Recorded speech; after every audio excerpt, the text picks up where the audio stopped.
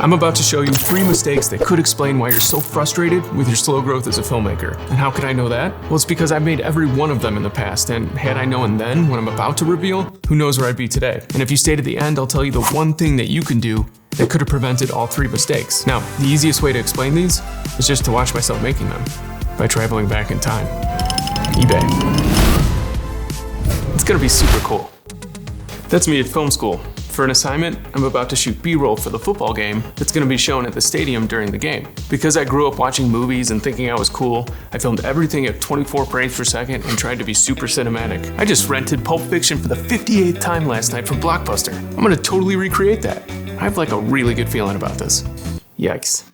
But when I turned in my footage, my professor wasn't happy and I didn't get a good grade. And worse yet, none of what I had filmed was actually shown at the game. But why?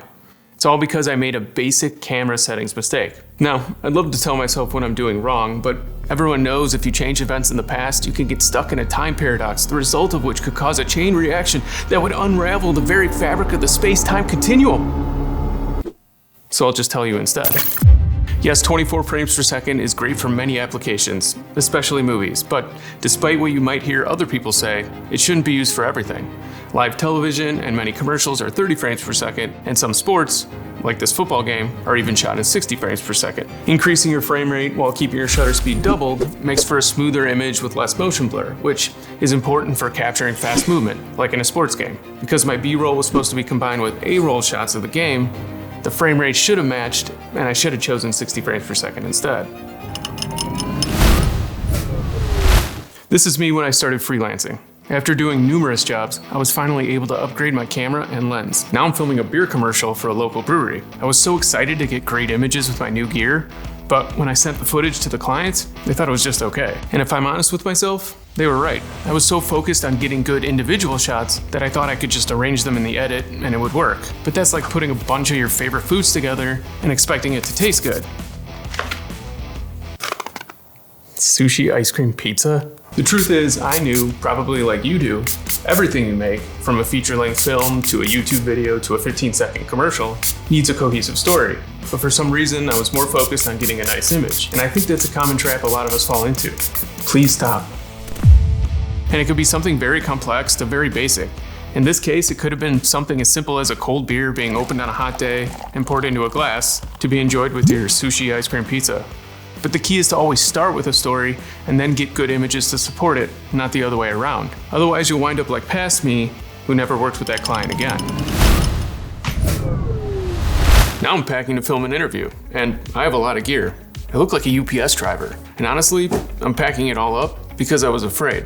I thought if I showed up to a shoot with only a camera, a lens, and maybe a few other pieces of gear, I wouldn't seem professional. And by the same token, I thought the more gear I had, the better I was. But in reality, the opposite was true. Having tons of gear is like going to a restaurant with endless pages of options where you can never decide what to choose. 43 kinds of cheesecake? With all these options, it created indecision. Should I choose a close-up, wide or wider, tripod, gimbal, or slider? And why do you need a drone for an interview?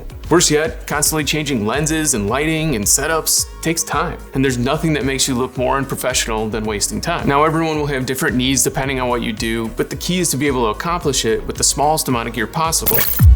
Not only will you save time packing and setting up, but I've found less gear actually brings out more creativity by forcing you to use what you have to get the job done. And oh yeah, you'll save a lot of money too. Really? I guess I don't need all this gear. Time to start putting it back. He could hear me? That can't be good. Did we unravel the space-time continuum? Looks like it. Do you mind, can I join you? Please. So what do all 3 of these mistakes have in common? Well, they could have all been avoided if we had properly done one of the most important things when it comes to any type of filmmaking. Now I plan out every shot knowing what the final video will look like before I ever turn on a camera. Planning can be something as simple as jotting down bullet points to using an app like Milanote or Notion to plan every specific detail of your shoot. And because I'm planning ahead of time, I can first focus on the story and then determine the gear and camera settings I'll need to accomplish it. Space-time continuum? Yep. Well, if you think we've made a mistake by going backwards in time, check out this video here to see how you might be making a mistake by buying your camera gear backwards, and what types of gear you should be investing in instead. Now we gotta get out of here.